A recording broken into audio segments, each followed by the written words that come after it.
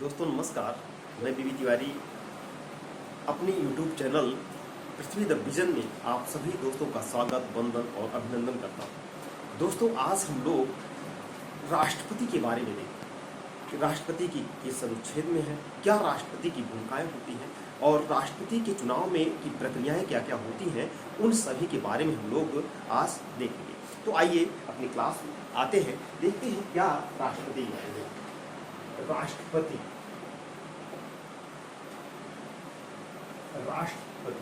जिसे प्रेसिडेंट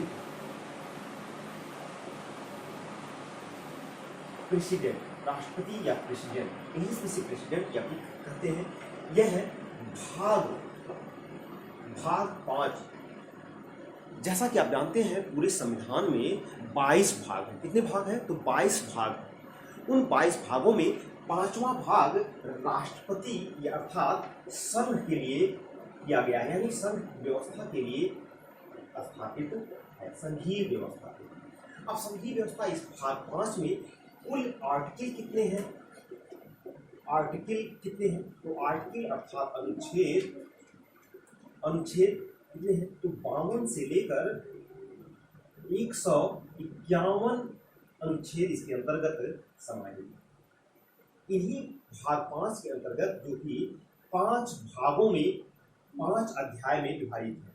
अध्याय कितने हैं? यानी कि लेसन कहते हैं जिसे, लेसन अध्याय 5 अध्याय कुल इसमें है और पहले अध्याय में ही राष्ट्रपति का उल्लेख किया गया है।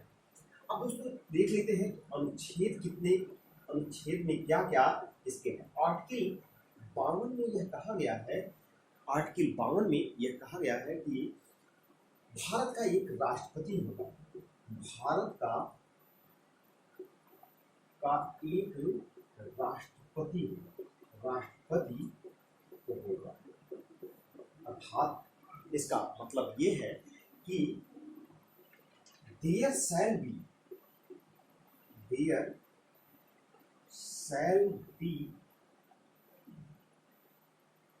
ए प्रेसिडेंट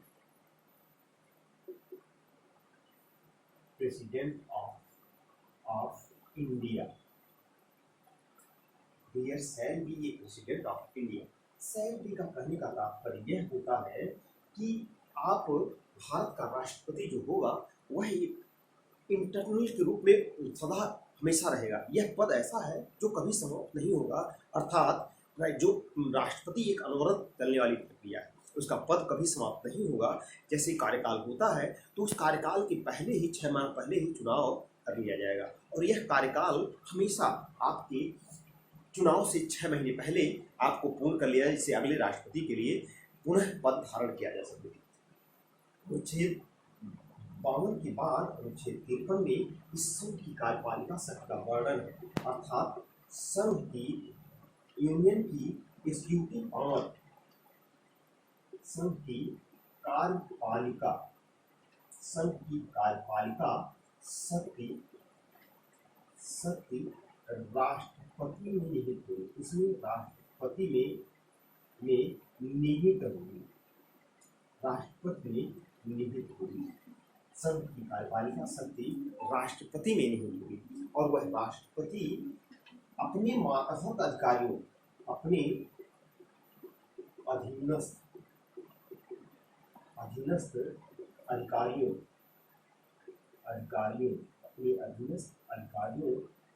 या मातहत अधिकारियों द्वारा इसका प्रयोग करेगा।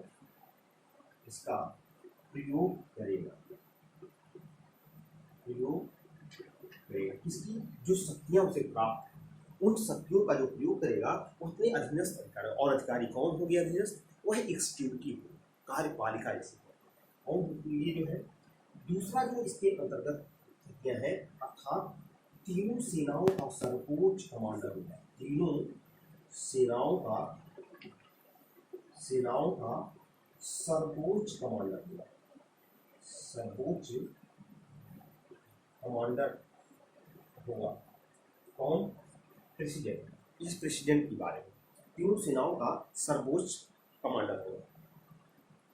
अनुच्छेद 52-53 के बाद अनुच्छेद 54 के अंतर्गत तो देखेंगे कि ये बात अनुच्छेद 54 की बात है। अनुच्छेद 3 के तहत तो हम लोगों ने देख लिया, लेकिन अनुच्छेद 54 के अंतर्गत क्या क्या समाहित कहते हैं वह देखते हैं। आर्टिकल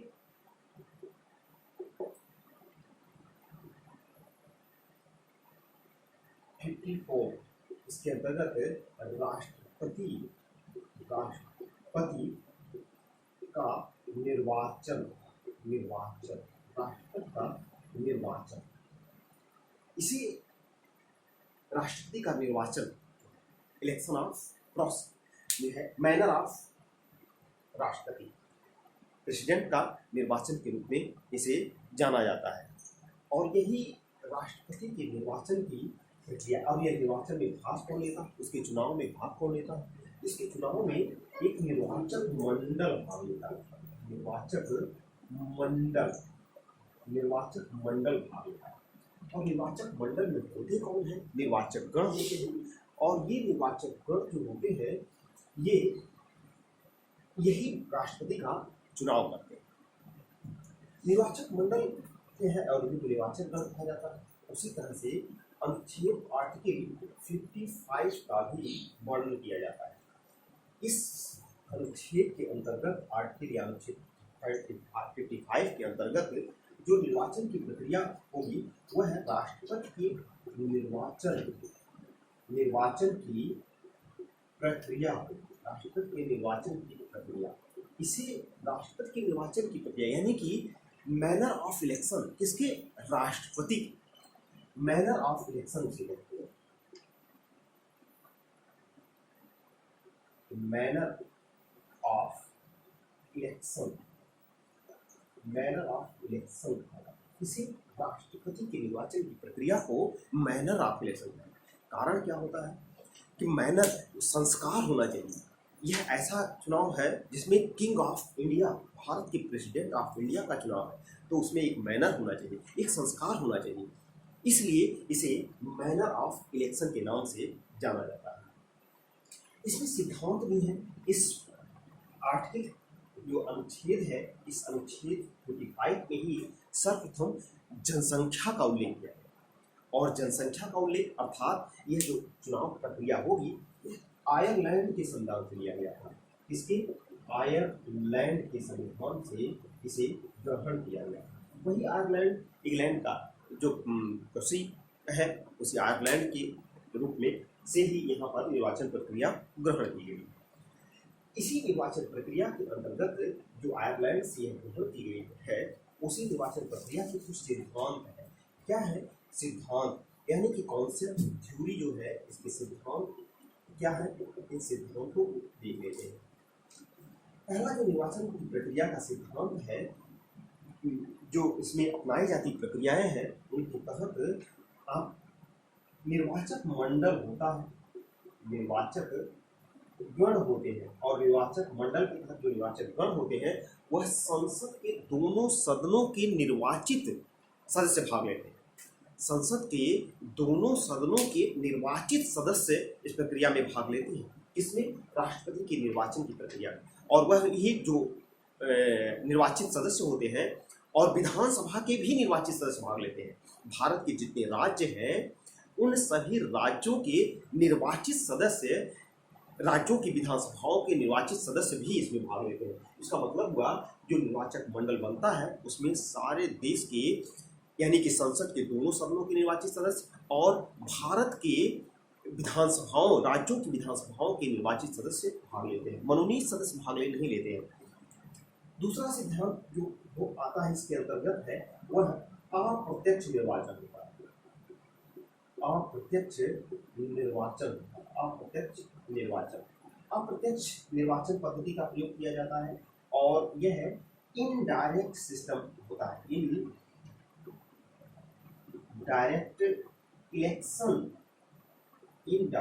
इलेक्शन सिस्टम का प्रयोग इसमें किया जाता है।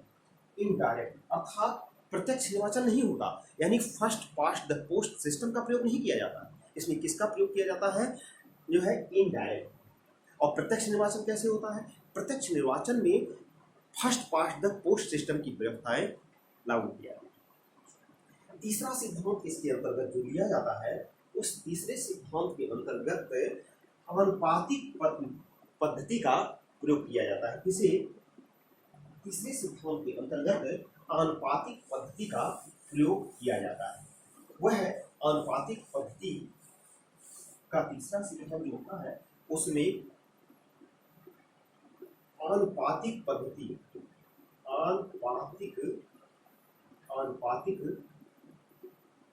का प्रयोग किया जाता है। यानी कि यह आनुपातिक रिप्रेजेंटेटिव, आनुपातिक प्रतिनिधित्व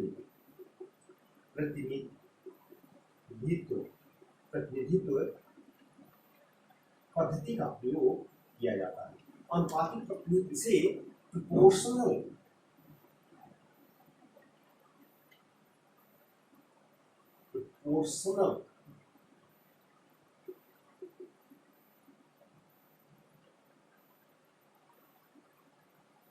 रिप्रेजेंटेटिव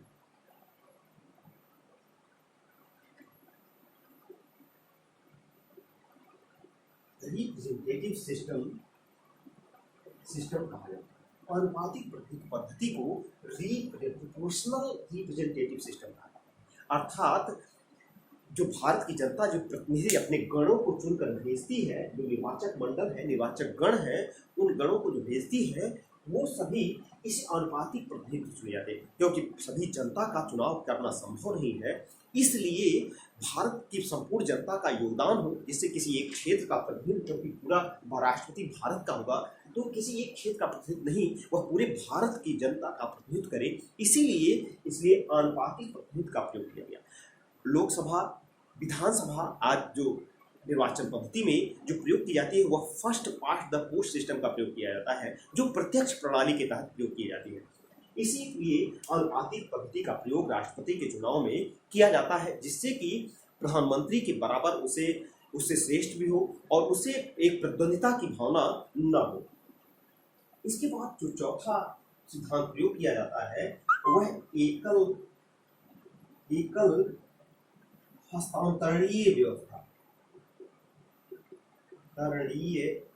एकल हस्तांतरणीय मत व्यवस्था का प्रयोग किया जाता है। इसे सिंगल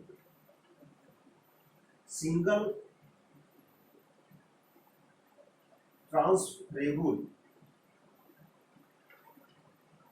सिस्टम वोटिंग सिस्टम कहा जाता है। अर्थात मत हर विधायक के, हर गण के, निर्वाचक मंडल के हर एक गण के प्रतिनिधि के एक ही वोट देने का अधिकार है। क्योंकि एक वोट देना है, इसलिए एक वोट की जो क्षमता होती है, उसे वरीयता क्रम में देते हैं। और जब मतगणना के समय उसी वरीयता क्रम में उनका चुनाव होता है। एक पहले चरण में अगर कोई नहीं पार पाता निर्वाचन कोटा को, तो उस दूसरे चरण का चुनाव होता है, फिर तीसरे चरण का चुनाव होता है। इन्हीं पहले, दूसरे, तीसरे चरण के बाद एक राष्ट्रपति को जो निर्वाचन कोटा होता है 50%, वो प्राप्त हो जाता है। क्योंकि भारत में अब तो निर्वाचन कोटा क्या होता है, इसे जान लेते हैं। निर्वाचन कोटा वह पद्धति होती है दोस्तों, जिस पद्धति के तहत राष्ट्रपति को उतना मिनिमम वोट प्राप्त करना आवश्यक हो जाता है, जिसे मिनिमम वोट प्राप्त करना हो जाता है। पांचवा सिद्धांत यही है, निर्वाचन कोटा। निर्वाचन कोटा वह होता है, इसे मिनिमम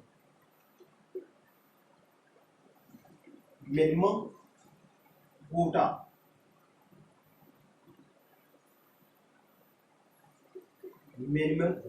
कहते हैं। अब मिनिमम कोटा का मापदंड क्या है? कुल वैध मत होते हैं।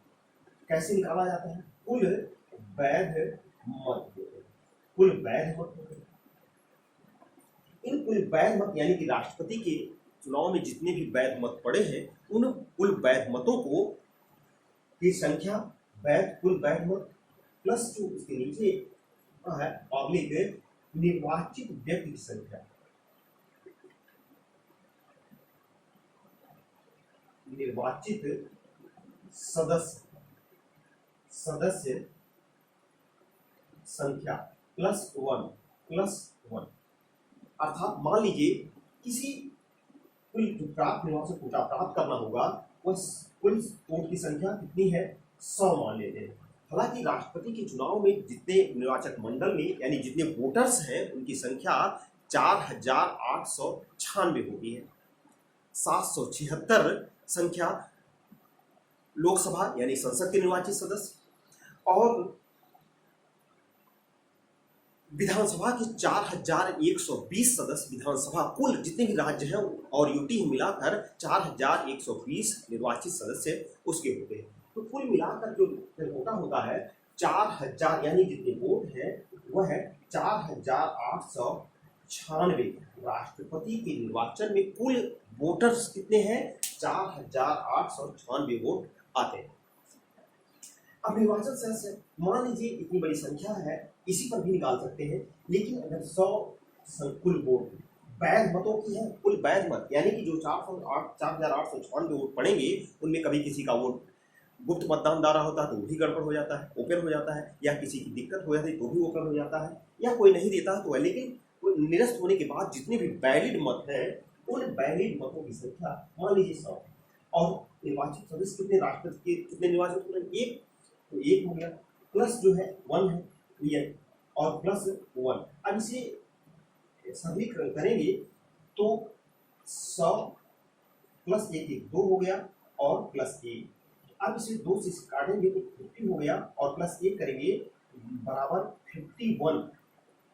कितनी संख्या आपको चाहिए जीतने के लिए, तो 51। अगर आप कुल वोटर्स पर इसे चेक करना चाहते हैं तो भी राष्ट्रपति के चुनाव 1971 की जनगणना पर ही आधारित है, क्योंकि जनसंख्या का संतुलन हर राज्यों में अलग अलग है, इसलिए 1971 तक की जनगणना को लिया जाता है।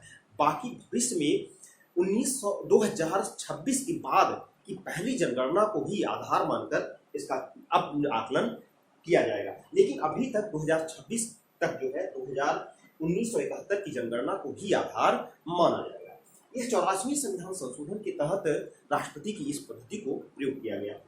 तो मान लीजिए हम इस पर तर्क कहते हैं, तो इस संख्या पर जो वर्तमान में कुल सदस्य वोटर है राष्ट्रपति के चुनाव में, इनका मत मूल्य अधिक होगा क्योंकि जनता के आधार पर होते हैं, लेकिन यही है इसमें 2 से अगर करेंगे +1 करेंगे 1 तो 2 से है तो 2 4 हुआ, 2 चौक 8 हुआ, 2 चौक 8 हुआ, 1 16 और 2 8 16 ये आया, प्लस इसमें 1 जोड़ देंगे तो यह 9 हो जाएगा, यानी 2449 वोटर्स आपको होंगे। अगर सारे वैलिड वोट हुए तो कितने जितना अगर मत पाएंगे इसी मत के आधार पर इनका राष्ट्रपति को चुना जाएगा। इतना मत कंपलसरी है, पाना ही पाना है, यानी 50% समझ लीजिए कि उससे 50 से थोड़ा सा ऊपर जरूर होना चाहिए। यह निर्वाचन की कोटा है। इसी तरह से निर्वाचन कोटा के बाद अब हमें जो है इनकी पद्धति का जो अगला सिद्धांत होता है वह है तो राष्ट्रपति का चुनाव होता कैसे है, वह है गुप्त मतदान के तहत। किस मतदान के तहत, गुप्त मतदान होता है। गुप्त मतदान प्रक्रिया होती है। जो प्रक्रिया अपनाई जाती है वह है सीक्रेट वोटिंग होती है। सीक्रेट वोटिंग होती है। सीक्रेट वोटिंग का प्रयोग किया जाता है, यानी ओपन मत नहीं होता, सब गोपनीय गुप्त मतदान के तहत होता है। इसी कारण से लोग अपनी अंतरात्मा की आवाज सुनकर करते हैं, या व्हिप, अब तो राष्ट्रपति के चुनाव में हर पार्टियां अपना व्हिप जारी कर देती है। व्हिप वह प्रतिबंध होता है जो कि राष्ट्र अपने दलीय भावना से ऊपर उठकर नहीं जाना है। जब तक दल न कहे तब तक तो आप दल के अनुसार ही वोट करना है। इसी को सीक्रेट वोटिंग के गुप्त मतदान प्रक्रिया में ही यह संभव होता है। इसके बाद जो प्रक्रिया होती है, छठा जो सिद्धांत इसमें लागू किया जाता है वह सिद्धांत है, गुप्त मतदान के बाद जो वह सिद्धांत प्रयोग किया जाता है वह है मत मूल्य निर्धारण। और यह मत मूल्य निर्धारण कैसे किया जाता है, ये सभी जो है अगले क्लास में विस्तार से बताएंगे। मत मूल्य वह होता है जैसे एक सांसद, एक विधायक का मत मूल्य, यानी जो अभी आप 4,849 देखे थे इतना पद प्राप्त होना, तो उसमें एक विधायक का वैल्यू कितना हो सकता है और एक सांसद के सदस्य के वोट का वैल्यू कितना हो सकता है। वही जनता के आधार पर होता है कितना मत उन्हें मिला। हर एकदम कॉन्सेप्ट सब क्लियर है, इसमें क्या है उसे हम लोग अगले क्लास में देखेंगे।